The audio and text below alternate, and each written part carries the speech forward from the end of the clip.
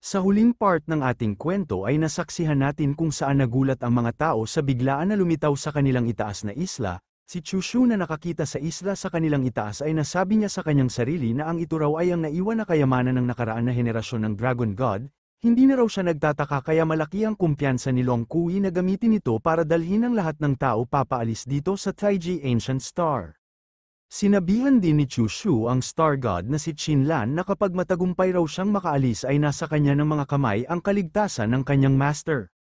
Sa inutos ni Chushu ay pinasangayunan naman ito ni Qinlan, pinapangako raw niya sa kanyang master na siya na ang bahala na protektahan ang kanyang mistress. Samantalang nagbigay naman ng utos si Long Kui sa lahat ng mga tao na sila raw lahat ay magmadali na pumasok sa kanyang Dragon Palace. Binigyan din ng mensahe ni Chushu ang kanyang master na magmadali na raw siyang pumasok doon. Itong si Meng Dai nang kanyang narinig ang boses ni Chushu ay nag-alinlangan siyang pumasok dahil mas inaalala niya ang kaligtasan ni Chushu, kaya kanya itong sinabihan na dapat mag-ingat raw si Chushu. Nagtanong din ang babae sa ating bida na bakit hindi raw siya sumama sa kanila, at tinanong din ng isa si Meng Dai na bakit ang Holy Sun lang ang maiwan dito ng mag-isa. Ano raw ba ang binabalak ng Holy Sun? Paliwanag naman sa kanila ni Meng Dai na mayroon lang raw bagay na dapat na gawin ng Holy Sun kaya magpapaiwan siya dito. Nagsalita naman ang alagang manok ni Chushu na nasa loob ng itlog na ayon raw sa kanyang paghusga sa nakita niya ngayon na kilos ni Chushu ay parang mayroon siyang malaking binabalak, bigyan lang raw siya ni Chushu ng ilang araw at mapipisa na siya, kung hindi naman ay dapat ba siyang manatili dito para matulungan siya. Pero nainis lang si Chushu sa iminungkahi sa kanya ng alaga niya na manok kaya agad niya itong sinipa, masyado raw siyang mahina para tumulong sa kanya. Nang nakapasok na ang lahat ng mga tao sa loob ng Dragon Palace ay agad na itong nagsarado, sinisigaw din ni Long Kui sa ating bida na oras na raw para siya ay magsimula sa kanilang plano. Kasabay nito ay nagkaroon ng katahimikan ng buong isla. Sa kabila ng katahimikan ay mayroon silang boses na naririnig na kung binabalak raw ba nilang umalis nang wala ang kanyang pahintulot. Sa narinig ni Chushu na boses ay kanya itong tinanong na kung siya raw ba si Tianno. Kasabay nito ay mayroong mga itim na enerhiya ang papalapit kung nasaan nakalutang ang Dragon Palace upang ito ay pigilan sa kanilang pag-alis. Ang mga tao nang kanilang nakita ang maraming itim na enerhiya ang papalapit ay masyado silang natakot na kanilang natanong kung ano raw ba ang itim na enerhiya ang papalapit sa kanila. Sabi din ng iba na ang ito raw ay ang Heavenly Slave, kusa na siyang kumilos para pigilan sila. Hindi na raw sila nagtataka kaya gusto ng Holy Sun na si Chushu at ang Dragon God na ilayo sila sa lugar na ito. Nasabi din ng isa pang babae na kung binabalak raw ba ng Holy Sun na harapin si Tianno nang siya lang mag-isa, baliw na raw ba ang Holy Sun, hindi dapat magwakas ng ganito ang buhay ng kanilang bayani. Nagsalita naman si Chushu sa nilalang na nagmamay-ari ng mga itim na enerhiya na ang ginawa raw niya ngayon ay puro lang yabang, kung kaya raw talaga niyang kumilos ay bakit nag-aksaya pa siya na kumilos sa walang saysay na usapan. Sabay ngumiti si Chushu na kanyang itinaas ang isa niya na kamay na kanyang inutusan ang kanyang espada na lumapit raw ito sa kanya. Nang sobrang lapit na kay Chushu ang itim na enerhiya ay sakto naman na lumitaw sa kanyang isang kamay ang kanyang Emperor Sword. Sinabi din ng nilalang na ang Heavenly Slave sa ating bida na kung sa tingin raw ba niya na makakatakas ang kanyang mga kasama dito, itong Taiji Ancient Star ay isang kulungan, katulad lang din ito ng isang lamok na pilit na niyayanig ang isang malaking puno, masyado naman raw na iniisip ng ating bida na sapat na ang kanyang lakas para labanan siya. Si Meng Dai na pinapanood si Chushu na hinarap ang Heavenly Slave ay kanyang pinapanalangin na sana makaligtas ang kanyang disciple at makauwi sa kanila ng walang problema. Binalutan na nga ni Chushu ang kanyang buong katawan ng kanyang aura at lumipad papunta sa kalangitan para siya na naman ang umatake sa Heavenly Slave na nakabantay sa Taiji Ancient Star. Natatawa pa na sinabi ni Chushu sa Heavenly Slave na ano raw ba ang kanyang pinagsasabi na ang Taiji Ancient Star ay isang kulungan, simula ngayong araw ay kanya na itong wawasakin.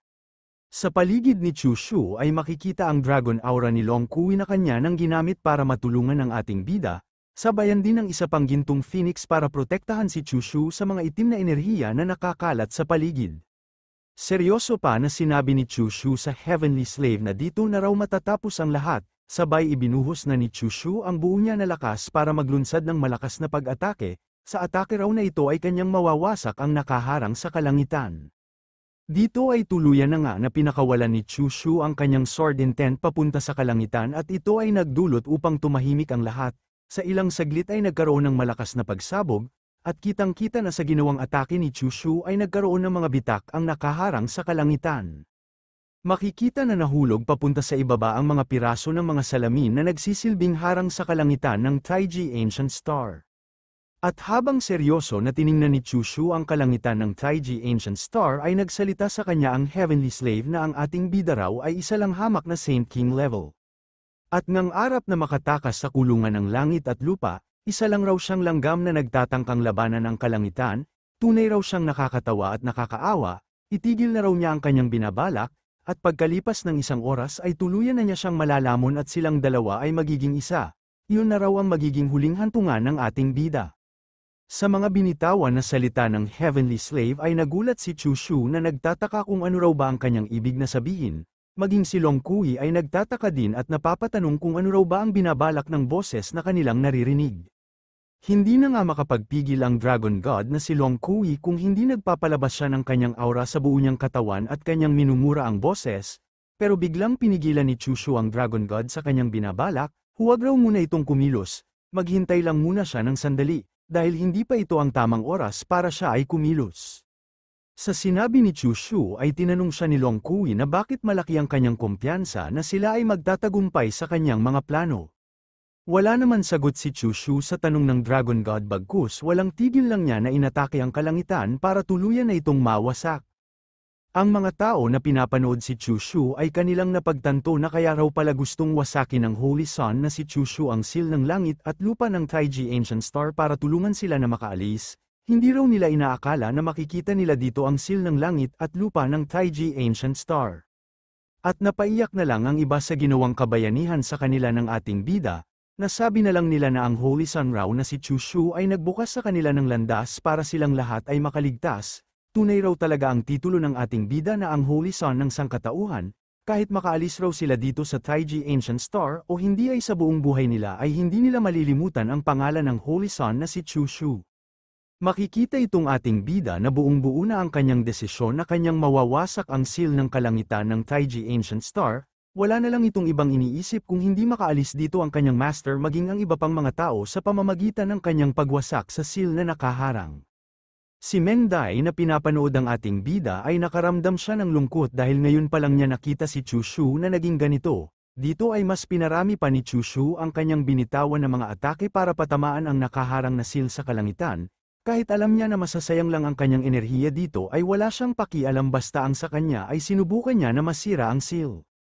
Si Long Kui na pinapanood ang ating bida ay nasabi niya sa kanyang sarili na medyo kakaiba raw ang kilos ngayon ni Chushu na tila ba nagkaroon siya ng biglaan na pagkaunawa patungkol sa kung ano, at napangiti na lang siya na mas lalong nabighani sa ating bida dahil isa raw talagang kahanga-hanga ang ating bida dahil sa ganito pa na kritikal na sandali siya nagkaroon ng biglaan na kaliwanagan. Samantalang itong si Chushu ay hindi makapaniwala sa mga nangyari dahil kaya naman raw niya itong hatiin, pero bakit hindi niya magawa? Mayroon raw bang mali sa pamamaraan na kanyang ginamit? At dito ay nagulat si Chushu dahil mayroon siyang biglang naunawaan, kinakailangan lang raw niya na ibalik ang lahat sa iisa. Kasabay nito ay naghanda na nga si Chushu para kanyang gamitin ang kanyang pamamaraan na kanyang naunawaan at nasabi din niya sa kanyang sarili na gagamitin raw niya ang Emperor Fist na isang lihim sa pakikipaglaban, at ang lihim ng paggalaw, ang lahat niyang natatangi na pamamaraan ay dapat na magtapos sa pagiging isa. At ang landas ng kanyang espada ay dapat din na magtapos sa pagiging isa, maging ang langit at lupa ay dapat na bumalik sa kanyang pinagmulan. Nang nakita ni Long Kui ang ipinakitang galaw ni Chushu ay nakaramdam siya ng tuwa dahil masyado raw malakas ang daw will ni Chushu, hindi na raw siya nagtataka kung bakit si Chushu ang kanyang napili na kanyang bantayan. Nang napansin ng Heavenly Slave ang ipinakitang galaw ni Chushu ay mas lalo pa niyang ipinakalat ang itim na aura sa kanyang paligid, at kanyang sinabihan si Chushu na isa lang raw itong kayabangan, paano raw niya magagawa na may ugnay ang langit at lupa. Idinagdag pa ng Heavenly Slave sa ating bida habang nakangiti na isa raw talaga siyang tunay na traidor, ngayon ay siya na mismo ang kikilos sa ngalan ng langit, at kanya siyang pupuksain dito. Ang mga tao na tumingin sa tunay na imahe ng Heavenly Slave ay bigla na lang silang sumisigaw dahil bigla na lang nagdurugo ang kanilang mga mata at hindi na makakita. Nakaramdam naman ng pagkabahala si Long Kui nang kanyang nakita ang mga tao na namimilipit sa sakit na wala nang makita, kaya agad niyang inutusan ang mga tao na huwag silang tumingin dahil inaatake nito ang kanilang mga pandama. Habang walang pakialam ang ating bida sa banta ng heavenly slave sa kanyang itaas ay sinabihan naman siya nito na kung hindi pa raw ba siya sisuko sa kanya. Sa isip-isip naman ni Chushu habang tinitingnan ng heavenly slave sa kanyang itaas, na ito raw pala ang tunay na anyo ng isang heavenly slave. Sabay lumingon si Chushu sa kinaroroonan ng Dragon Palace at kanyang sinigawan si Long Kui na ihanda na niya ang kanyang sarili. Sa ibinigay na hudyat ni Chushu ay makikita itong si Long Kui na kanya nang binago ang kanyang anyo para kumilos, at nang tuluyan ang naging dragon ang imahe ni Long Kui ay mabilis siyang lumipad papunta sa kalangitan upang tulungan si Chushu. Nang napansin ng heavenly slave na kumilos na ang dragon god ay agad siyang nagsama ng maraming mga mahahabang itim na enerhiyang kamay para kanyang hulihin si Long Kui, at tinanong din niya ito na kung binabalak raw ba niya na tumakas.